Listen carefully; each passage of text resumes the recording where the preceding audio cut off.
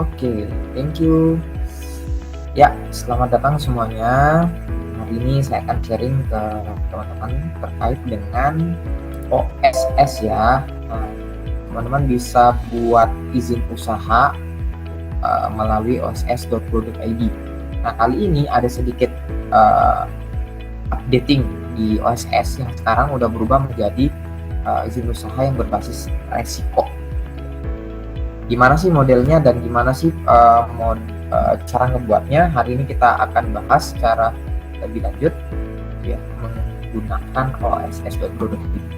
Nah, sebelumnya teman-teman harus mendaftar dulu sini ya. Jadi bisa dipilih dulu apakah kalian mau daftarin dalam kategori usaha mikro kecil ataukah non usaha mikro dan kecil. Ibaratnya kalau kalian udah punya usaha menengah, besar dan lain-lain, dan masing-masing di sini udah punya penjelasan ya modal usaha kalian 5 miliar sampai dengan 10 miliar dan seterusnya. Oke, sudah pernah buat sebelumnya, mungkin di sini akan ada OSS satu-satu gitu. Kita cukup masukin aja email sama password kita yang lama untuk mengupdate gitu, izin usaha kita. Nah, buat yang teman-teman udah mendaftar gitu ya, memilih usahanya, kemudian mengisi data, nanti kalian akan dapat email dan kalian bisa login ke dalam sistemnya. Oke, jika sudah dapat, kita tinggal masukin aja username dan email kita, kemudian masukin kata captcha gitu ya dalam sistem.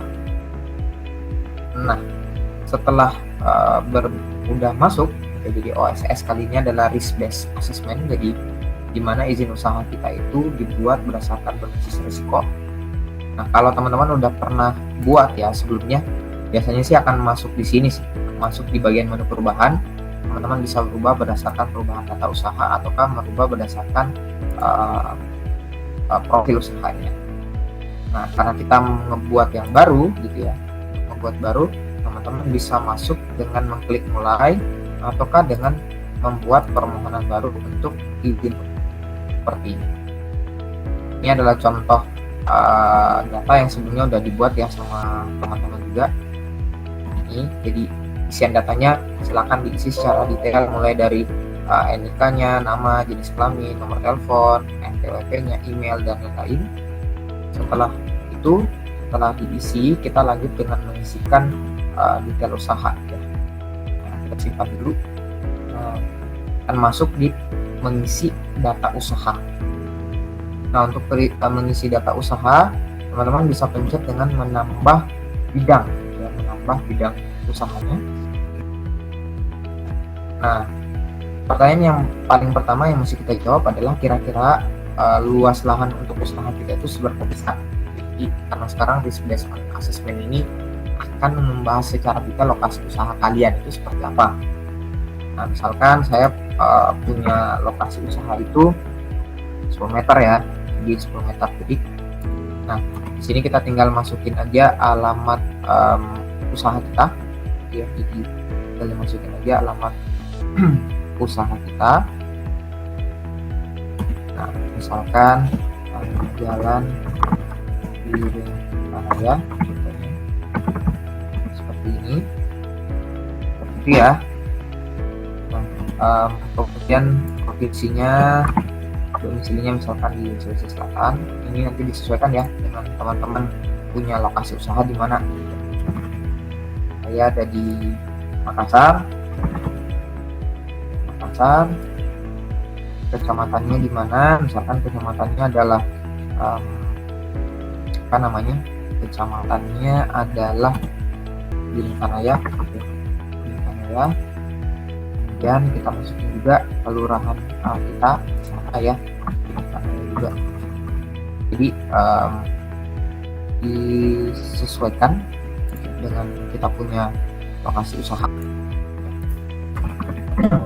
Nah, apalagi yang ada di dalam teman-teman, intinya adalah memasukkan semua data kita itu secara detail. Jadi memasukkan data kita itu secara detail. Sebisa mungkin nggak ada yang kosong ya, ataukah kalau memang udah nggak ada yang lain, teman-teman bisa sesuaikan kembali untuk di masing-masing isian datanya. Oke, kita coba melangkah lagi ke isian selanjutnya. Misalkan kelurahannya adalah Lautang. Nah, teman-teman bisa nyari kode pos ya. Kalau nggak tahu kode posnya di mana, itu kalian bisa di googling aja. Tips aja sih, kalian bisa nyari di sini. Misalkan kode pos Piringka Raya Makassar. Ini Google akan menjawab sih. Jadi kurang lebih seperti ini. Oke, jadi kode posnya adalah 90242 ya, 90242. Nah, apakah kegiatan usaha ini sudah berjalan atau belum? Nah, kalau sudah, ini ceritanya kita masih baru ngajuin ini, baru meminta izinnya dulu, walaupun usahanya belum jalan. Kita tinggal pilih aja belum. Tapi kalau udah jalan, kita tinggal pilih sudah. Nah, nanti akan ditanyain nama usahanya apa? Ya, nama usahanya apa? Nah, bisa lebih didetailkan lagi ya, misalkan teman ini udah bikin usaha sih, namanya adalah Bumbu Pecel ya, Pecel. Kemudian akan masukin juga modal usahanya dia ketika dia jalan itu sebesar berapa. Bahkan sini dia punya modal itu kurang lebih 5 juta, punya 5 juta. Nah, ini yang punya kelebihannya di sisi OSS sekarang. Sebelum kita nyetak NIB dan lain-lain, teman-teman bisa perhatikan kalau ada validasi resiko, di mana sistem itu akan mengukur seberapa besar usaha kita ini resikonya. Jadi ada 4 kategori ya, ada yang rendah, menengah, menengah ini kebagi 2, menengah tingkat resikonya menengah rendah ataukah menengah tinggi gitu, dan sekali tinggi. Jadi ada 4 ya, rendah, menengah ini kebagi 2, dan satu lagi kategori tinggi. Setelah itu kita pencet untuk validasi. Sistem akan mengukur. Nah, tapi sebelum ngevalidasi kita ngisi dulu deskripsi kegiatannya. Misalkan kita produksi makanan gitu. Jadi kita nulis deskripsi tulisannya dalam makanan. Produksi bahan makanan dan bumbu gitu. Oke. Jika ada kendala seperti ini ya, ini contoh data yang diisi kalau semuanya ada kendala. Nah, ini di bagian atas belum ada klasifikasi bidang usaha ya, kita bisa tambahin dulu seperti ini di atas. Bidang usaha bisa diatur dengan menambahkan makanan seperti ini. Pastiin jaringan kalian bagus, teman-teman.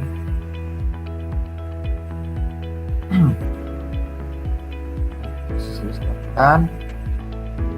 Ini kalau ada kendala kita bisa refresh kembali ya. Bisa refresh kembali dulu untuk pengisian. Seperti ini. Kita tambah klasifikasi data usaha kita dan pilih bidang usaha dulu. Bidang usaha misalkan makanan, atau kalau kalian bingung ya, bisa diketik aja sih kata secara general dulu. Nah, misalkan saya produksi makanan atau bumbu ya, nah kode KBLI-nya itu sebesar apa sih kalau dia bumbu. Buat lebih detail kalian cari misalkan KBLI makanan bumbu seperti ya, dia ada kode KBLI yang bisa masukkan. Nah, ini ada contoh 4632, ini kita pakai 4632, ini bisa dimasukin ke dalam 4632 atau hasil olahan perikanan atau yang lain gitu ya, ini bisa masuk. Atau kalau mau yang secara general ya udah ketik aja industri produk makanan lainnya. Nah, ini ada penjelasannya ya, kamu bisa baca. Di makanan yang bertahan lama seperti sandwich, penguncil pembuatan makanan lainnya, termasuk selain susu, keju dan lain-lain. Kalau kalian bingung, kode KBLI bumbu misalkan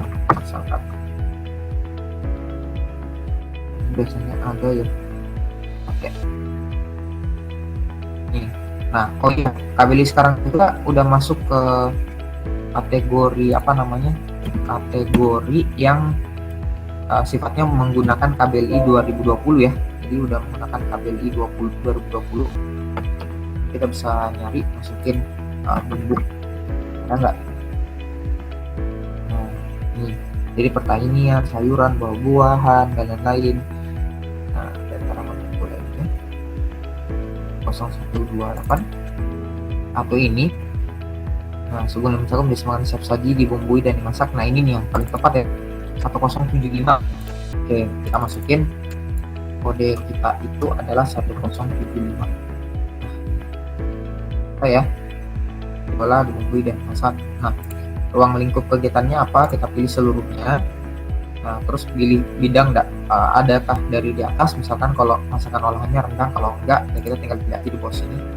Terus kita bisa nulisin gitu ukuran bidang usaha kita itu apa, misalkan pembuatan bumbu bumbu pecel gitu ya. Tadi udah dilihat gitu ya, kita lagi bikin usahanya dalam bumbu pecel. Setelah itu kita simpan seperti ini teman-teman, bisa dilihat ya udah bertambah. Nah, untuk lahan tadi sama ya, kita ketik 10, pilihnya meter segi, kemudian sebisa mungkin masukin alamat kita itu secara detail ya, kita bikin masukin detail, terus pilih provinsinya Sulawesi Selatan misalkan ya. Nah, kemudian pilih kotanya adalah Makassar, kemudian kecamatannya adalah apa, misalkan salah satunya adalah Bintangaya, terus kelurahan dari bisnis kita di mana, misalkan adalah Melbourne. Nah, kemudian kode posnya kita tadi apa ya, 90242 ya. Oke. Nah, ini tadi pertanyaannya apakah sudah jalan usahanya atau belum. Kalau belum, mau ngambil legalitas saja di awal sebelum jalan usaha, tidak aja belum. Kalau sudah berjalan kita tinggal pilih sudah. Nah, kemudian masukin apa nama bisnisnya. Kebetulan yang saya buatin ini adalah punya teman, namanya Bumbu Pecel. Kemudian modal usahanya itu kurang lebih 5 juta. Nah, kemudian ini nih yang bedanya ya, ada tombol validasi risiko. Nah, ini udah kelihatan. Jadi skala usaha kita ini mikro, risikonya itu rendah. Ini yang membedakan antara OSS yang versi sebelumnya dengan OSS yang versi sekarang, gitu ya. Nah, apakah di sini ada pilihan industri kecil, menengah, lokasi lintas provinsi dan seterusnya. Kalau teman-teman jualannya udah sampai ke seluruh Indonesia, gitu ya, bisa dipilih lokasi lintas provinsi. Gitu. Jadi teman-teman punya jualan itu lintas provinsi bisa grab gitu. Kalau kalian udah bukan mikro, udah skala industrinya udah cukup besar, kalian bisa pilih yang di bagian atas. Tapi mungkin masih kecil, mikro, kemudian kita bisa jualannya lintas provinsi seperti ini. Nah, terus tinggal dimasukin kira-kira menyerap berapa banyak tenaga orang untuk di usahanya ini. Ini bisa dimasukin ke dalam sini. Misalkan ada kopinya lah, ataukah kita juga sebagai tenaga kerjanya lah, mungkin bisa dimasukin ya. Kurang lebih ini teman dia punya 2 orang, kurang lebih seperti ini. Setelah itu kita tambah produk atau jasanya ya. Tambah produk jasanya, kita bisa pilih lainnya. Kalau misalkan ada jenisnya adalah bumbu pecel. Nah, kira-kira kapasitasnya dalam setahun itu berapa banyak, karena ini dia jualnya dalam botol ya, mungkin bisa diproduksi dalam sebulan itu dia bisa produksi sekitar 100 gitu. Dan dia picis atau buah gitu. Kita simpan. Nah, kalau sudah ditambahin, teman-teman bisa lihat di kolom bagian kanan bawah ya, ada tombol dulu teman-teman untuk pastiin bahwa data kita itu udah benar diisi atau tidak, seperti ini itu ya. Jadi memilih data dulu untuk memproses perizinan usahanya seperti ini. Nah, apakah perizinan usaha kita ini udah punya izin lingkungan atau belum? Kalau belum, kita pencet belum. Jenis kegiatannya kita industri makanan dan masakan olahan. Nah, ini silakan dicentang sesuai dengan parameternya kita ya. Oke, karena luas bangunannya itu ada di kisaran 1 hektar sampai dengan 10 hektar. Tanah pengambilan dari tanah itu kurang lebih 2,5 liter per detik. Ini diperkirain aja, jawab sesuai dengan keadaannya kita. Kemudian pencet selanjutnya ya. Nah, kemudian jangan lupa masukin ukuran usahanya untuk produksi bumbu pecel ya, produksi bumbu pecel, kemudian nanti dipencet tombol. Nah, untuk di bawah sini kita akan ditanyain pernyataan mandiri. Nanti tinggal dipencet aja tombol centang untuk masing-masing kriteria sandar usaha seperti ini ya. Dan pernyataan untuk PPK LPH kita pencet selanjutnya. Teman-teman tadi udah lihat ya, kita udah berhasil gitu untuk membuat datanya. Nah, teman-teman ketika sudah berhasil ngebuat perizinan usahanya tadi udah diisi atau dicentang secara benar, nanti kita akan dapat pernyataan mandiri seperti ini, di mana data kita itu udah jadi dan teman-teman ini bisa cetak juga. Kemudian ada status juga, NIB-nya udah terbit, sertifikat sandarnya dan PPKPL-nya ini secara otomatis gitu ya. Dan kalian bisa download dan cetak sertifikat sandarnya seperti ini. Tinggal kita klik itu untuk sertifikat sandar, nanti akan dibuat seperti ini, jadi bisa kelihatan ya. Nah, ini contoh sertifikat sandarnya tuh, teman-teman bisa print ataukah ini dicetak gitu ya. Jadi ini saya coba download gitu ya. Untuk datanya saya coba simpan.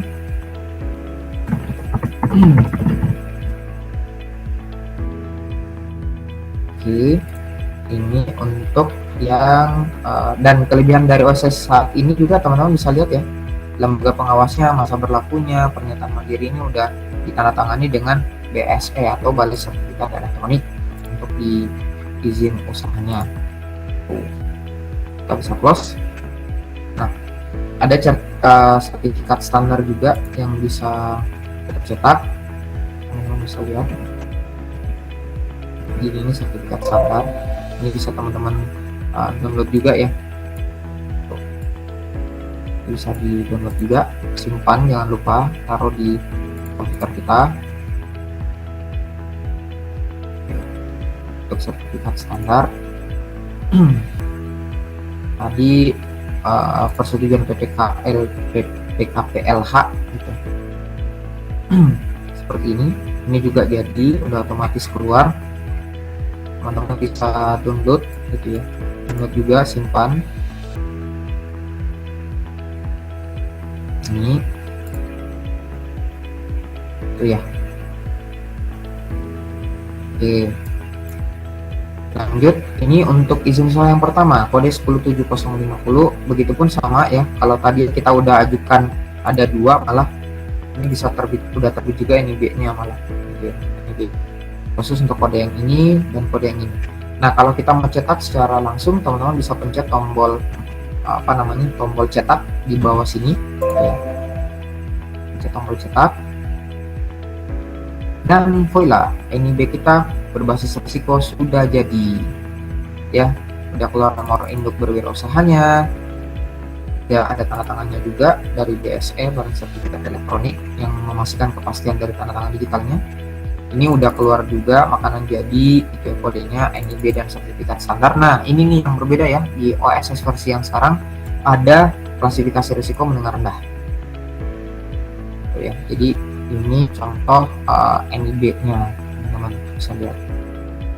Oke, jangan lupa di download ya, di download dan silakan disimpan dengan nama NIB-nya, nomor induk berwirausahanya. Jadi ingat ya, satu NIB itu bisa jadi di dalam kode KBLI kalian akan menyesuaikan saja dengan bisnisnya seperti itu. Nah, intinya udah selesai kita membuat NIB. Teman-teman bisa melihat beberapa izin-izin yang lain yang ada di fitur-fitur perizinan OSS ya, yang teman-teman bisa lihat di sini. Jadi dia akan ngebantuin untuk keluarin NIB data kita untuk izin usahanya. Kalaupun ada pun teman-teman lakukan pelacakan izin usaha, kalian bisa lihat, cek kembali izin usaha yang udah terbit itu seperti apa. Kita bisa juga laporan PPM-nya, atau kalian mau membatalkan perizinan usaha kalian, itu bisa dicek dari sini. overall seperti itu teman-teman, untuk ngebuat NIB gitu ya, nomor induk berwirausaha, ataupun yang lain ini pun masih dalam tahapan pengembangan terus ya, walaupun sebenarnya ada beberapa bug gitu di dalam aplikasi. Kalau teman-teman ada perubahan data usaha, nanti bisa masuk di sini ya, perubahan data usaha, dan kalian bisa edit di dalam sini untuk izin usaha. Ya, itu saja mungkin teman-teman sekalian. Terima kasih sudah nonton, stay tune di channel Ardi Ramawan. Semoga ini bisa membantu teman-teman ini bisa growth di izin usaha. Terima kasih banyak, thank you so much, dan sampai jumpa lagi. Dadah.